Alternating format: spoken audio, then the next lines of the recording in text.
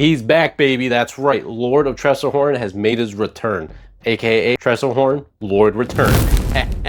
Wow, what a creative name. I'll tell you what, this guy is back from the dead again because, yes, he was destroyed by Jace before, but that's just the lore dump. I'm not going to go too much into it. It's a little confusing. This guy's back, and he's better than ever because they made this new printing for Commander Masters 5. Commander Mystery Booster. Tresserhorn, Lord Return is a phenomenal commander that I started to build. This guy is ginormous, all right? He's a 10-4. He has insane amounts of power, so he swings out and does a lot of damage. He has Trample and Indestructible. This is already insane keywords to be putting on something that's only 5 mana. Also, I feel like it's also overlooked. I've not seen any deck text or any videos talking about it. Dude, I'm telling you, this guy's gonna absolutely cook. And we built it at about $7 at the making of the video. Hopefully when I upload the video, I get it to $6 and change the thumbnail. But time of recording at like $7.16, very close to getting it to the $6 range. So maybe I'll change that. Now let's get to the deck and tell you why Tresserhorn Lord Return is better than the OG, baby. I'm gonna refer to our commander going forward as our boy because I don't want to keep saying Tresserhorn. That's really fucking annoying. Anyway, strategy with our boy here. We're gonna take him. We're gonna try to get him casted as soon as possible, but also make sure we have enough creature and fodder to sacrifice to literally refill our hand. So yes, we can absolutely do that, and you can play him pretty early depending on how good your hand looks. So first strategy of the deck is to get him out, beat people up, and draw a bunch of cards, which is all in tangent with everything else that's about to be strategized with it next, which is sacrifice synergy, baby. We're gonna sacrifice as many creatures as possible because you know why? We're gonna have payoffs for that. We're gonna have creatures that get sacked and create token creatures. It doesn't matter what you sacrifice at the end of the day, he just cares about a creature. So we can sacrifice any creatures and at different times if we want, depending on the cards that we have. We're gonna be swinging out. This is a 10-4 with Trample and Indestructible. You're easily able to do commander damage. I'm not too worried about it. Earlier on in the game, as we start doing our sacrifice stuff, we're going to make sure we got some synergies that are going to make people lose life and deal damage, so we're not just relying solely on the fact that we're beating face. But it is nice that we have a 10-4 Trampler with Indestructible. That's a very good statistic. I'm telling you right now, nobody's going to want to attack you if he's untapped. You just give him a little bit of vigilance and it's over at that point. People are just not going to swing at you. On top of that, we can also fling him. We put fling in the deck, and I think I have another one. I might have taken it out. But the idea is that we can also fling him when he gets big enough because there's ways to pump our commander. Cheap token generators, all right? We need creatures that are going to enter the battlefield or leave the battlefield, give us creatures. More the merrier because we want to be able to sacrifice creatures earlier, and having them low in CMC or cheaper is going to make our lives much easier. If you start your hand and you have no creatures in it whatsoever, you're already fucking up. Do not do that. You need to make sure you're starting with at least 3 lands and some creatures to put out right away, because if you don't, then you're gonna have a bad time. My favorite creatures in this deck are the ones that sacrifice and create Eldrazi, Scions, or Spawns, because yes, they're dope, dude. They sacrifice and give you mana. That's exactly what the deck wants you to do. How they sacrifice, draw you a card, and give you mana. Do you know how powerful that is? It is really good, all right? We need some payoffs and value from when we sacrifice our creatures to make everybody else miserable, because if we're not doing that, then we're not playing Grixis, baby, all right? If we're not doing villainous shit, then you should get out of these colors and go play mono white, buddy, because we don't take that peaceful shit here. Right? Beat people up and make them sacrifice their creatures. They do not deserve having a board, all right? We have the big guy here. We have the villain, so let's act like it, all right, guys? Make sure you start sacrificing and making sure other people feel that pain too. I found probably one of the worst cards in Magic the Gathering and managed to make it work in this deck because yes, it does something that will create us creatures that we can utilize as sack fodder. Sorcerer's Broom actually is good in this deck. And it's a cheap card. We're playing on a budget, guys. Remember, we got to take advantage of it. The instants and sorceries I enjoy in this deck because I like to use the instants and sorceries that require a payment of blood. We sacrifice some creatures, get that payment, destroy somebody's creature by sacking one of our own. We get to literally destroy a creature and draw a card. It is just all benefit at that point. Plus, if you sack something that likes to be sacked and create another creature or treasure token, then you get more benefits out of it. So it only gets better. Plus, those cards are cheap and they're usually 1 or 2 mana. So we can easily have reactions and interaction in this game. We're capable of removing threats pretty damn easy in this deck. And that's very surprising for a deck that's about literally the price of a goddamn bacon, egg, and cheese. So I'm going to say yes to the dress on this one. These instants and sorceries are phenomenal for the deck. Another good set you can utilize are ones that bring your commander back in case he gets sacked, or you sack him yourself because you want to draw a card off of it. Brings him back to the battlefield. Yes, you'll make somebody draw 3 cards again, but you can also sack 3 creatures and draw more cards. Or you can utilize them on other creatures that like to get sacked and get them back to rinse and repeat again. Artifacts are simple, things that we can use to sacrifice creatures. Our altar here, yes, sacrifice, get some mana.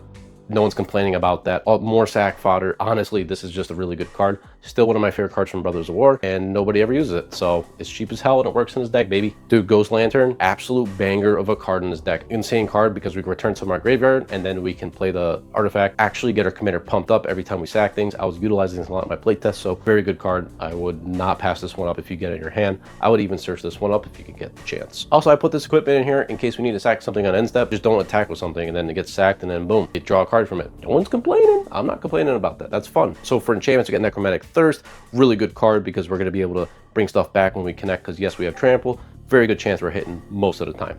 So you can get a lot of cards back. Remember, we're playing a sacrifice deck. We want to make sure we can get stuff from our graveyard back to our hand or into play, because yes, we need to utilize that kind of thing. Yeah, graveyard hate's going to suck, but not every deck can fight every single option. Look, somebody destroys your graveyard, it's gonna hurt, but you know what? You got a 10-4, you can beat them up. Send them to the gallows, baby. As for lands, I have a pretty simple and cheap mana base. Nothing too crazy. It does have a few tap lands that are dual colored. Solid for a $7 deck, nothing too crazy. You got your basics and whatnot. 100% when it comes to the upgrades, get nicer lands, because anything with 3 colors in it really needs good lands to play good. I would highly suggest it. The deck mostly has black in the percentage. It's 50% of the deck is black. Everything else is like blue and red and a few colors, but still get some nice tap lands that are going to work for you. And this really is just this lands, man. It's the boring part of the deck tech. I'm sorry. All right, on to some upgrades. I'm going to briefly talk about upgrades and throw them up here on the screen. When it comes to actual upgrades later on, if you are interested in seeing a fully upgraded version of this deck, or perhaps just the swaps and what you should swap out, I will be providing a video for that for the members of my YouTube channel. Yes, you'll get access to secret sauce videos. I'm gonna change the name of that. We're gonna secret formula videos, because yes, you're gonna see what I swap and how the deck's gonna make sense when you put these upgrades in. As of now, I'm gonna give ideas for upgrades in the normal videos, and I'll throw up a few good cards I think will go in. You could join up the Wheezy MTG subscription and you're able to view those videos when it does cook. I am gonna be uploading one of those later this week. Back to the upgrade section. We're gonna utilize better cards to do our sacrificing shenanigans. So Viscera Seer is great, for example. Grave Titan will be awesome to put in the deck because that makes more fodder for us to sacrifice.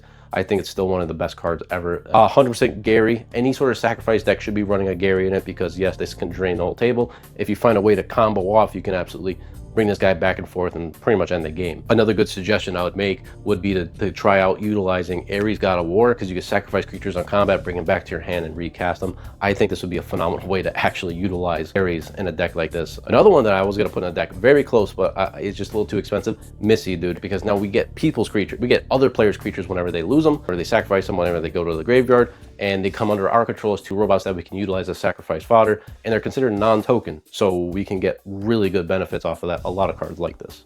Yes, Goblin Bombardment is good in this deck. I'm not even gonna pass that one up, dude. Straight up. And yes, throw in better lands. Maybe a little bit more ramp too. A little Soul Ring, Arcane Signet don't hurt nobody. Just note that when you want to win with this deck, you want to beat people up. You want to make sure they see the hand of God beating the living hell out of them. We want to hit these people so hard that they literally just get away from the table. They get up, they go. They leave the LGS. That's good. Get the hell out, all right? That's what we want. We want people to not want to play with us. This is Grixis, baby. You got to make people miserable, or else you're not playing Grixis at all. Look, I could talk about this deck all day, but I think you should check it out. Check out my moxfield link below. You play test it yourself. Do some cool shit. If you like it, let me know. If you hate it, definitely let me know, because, you know, I want to get better at this, and I want to hear from you guys, see what you guys enjoy about this deck. Are you building Tresserhorn Lord Return? Because I certainly did. See what I did there? Jesus. Anyway, if you're interested in supporting the channel, use the TCG link, buy the deck. It's just a little bit, goes a long way. Helps out a brother, helps me support and make these videos as cool as possible. And on top of that, if you really want to support, the newest and best way is to join the channel membership. I know there's a bunch more out there, but trust me, join up the ranks and join up our Discord. You get a special rank in the Discord. I give you some deck help personally between you and me, baby. We'll fucking sit and talk, bro. I'll go on a damn call with you and be like, yo, I'll tell you what, this is what you got to do. This is how you should do it. And then boom, we got ourselves a deck, baby. That's just a very simplified version of it, but still, you know what I'm saying. If you want to support the channel, that's the best way to do it. Otherwise, you could also just like, comment, and share this fucking video, baby. Oh, I forgot the sub. Oh my God, there's so many things, bro. When you become a content creator, there's a lot of things you gotta like share. Be like, yo, you gotta do this and this. Look, do what you want at the end of the day. I just want you guys to have a deck that you can play and have fun with. If this is the first video you see of me, bro, let's go. Like, I'm happy you made contact right here, like right in front of each other. Yo, you and me, stare off. I bet you blinked. Anyway, let's cut it there. I need to get out of here. How am I doing? I'm not jumping through the ceiling this time. I'm going down this time. Let's go.